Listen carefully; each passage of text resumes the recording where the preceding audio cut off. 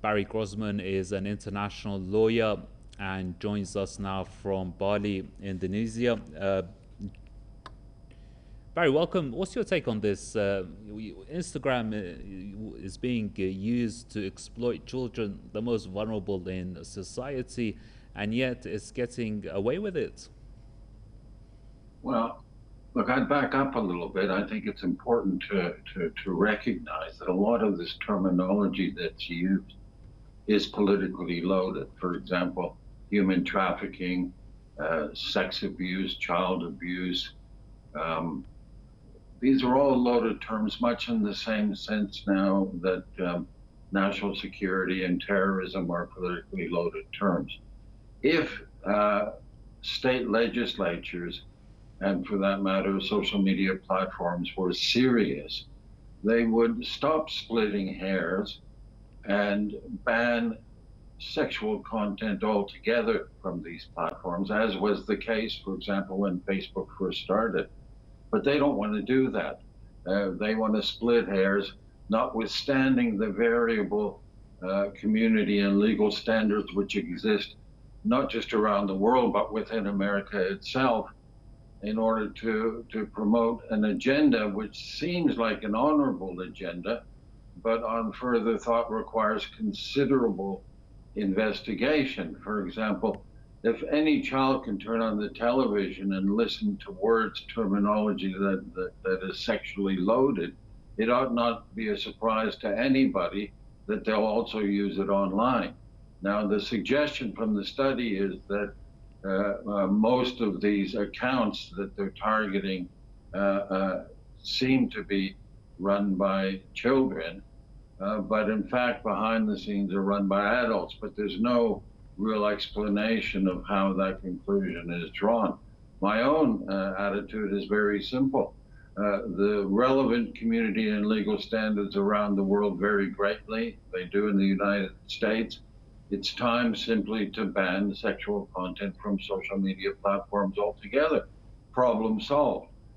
But they don't want to do that, which of course calls into question what their real motives are, bearing in mind the various social engineering agendas pushed by the deep state and the Democratic Party and various special interests across the board.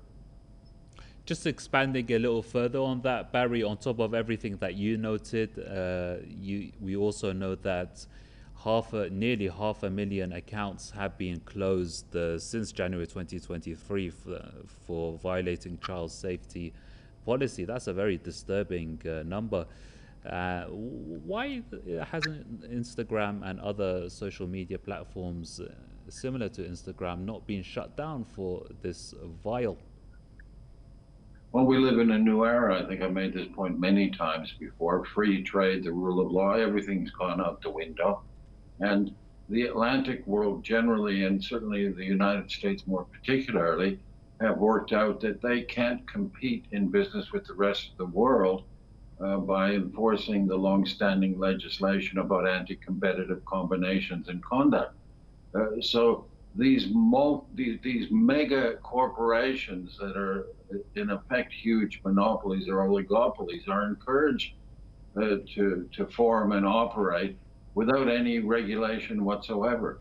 Although if they wander too far, of course, they are threatened in order to bring them back into line with these days what passes as the Democratic Party agenda and the liberal agenda. At other times, we could probably say similar things have happened if they've strayed too far from the neoliberal and conservative agenda.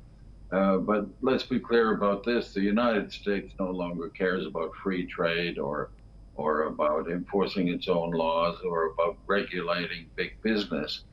It serves big business, and policy is in fact made by big business through think tanks, because the political parties that do exist, even the two main ones, have never had the resources to formulate policy. And of course, the big problem that Trump had wasn't that his policies were any different in any significant way to the Democrat parties. The problem was he was perceived as being a loose cannon because he saw himself as a policy maker rather than a policy taker.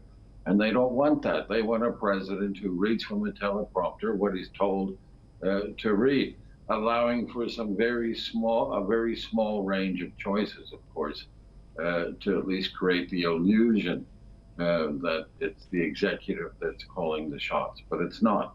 So they simply don't care. And the obvious solution, if they want to protect women and children from sexual exploitation, is to ban it altogether from social media sites. And some people might say I sound a bit like a conspiracy theorist, but if we look at what's happening more generally with so-called fact-checking and censorship and banning people on social media, nothing that I'm suggesting now is out of line with what's pretty much been done for a number of years now. Accounts are shut down without explanation and without reason, when obviously the underlying reason is the political position embraced by the person operating the account. And this will just be one more tool that can be used unilaterally to shut people down.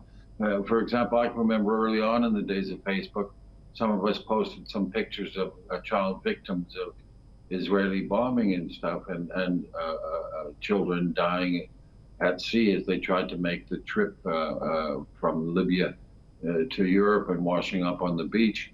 And because there was a hint of nudity, that was censored, and we were penalized. We had our accounts shut down for a short period of time. In fact, the one thing Facebook and other media sites don't like is showing people what war and what conflict is really like. So now we're back to splitting these hairs. I say just ban sexual content altogether and be done with it. That sets a much finer example, and it also accommodates the fact that the laws are very different across different belief systems and in different countries. The Islamic rule simply is all sexual relations outside of marriage are forbidden.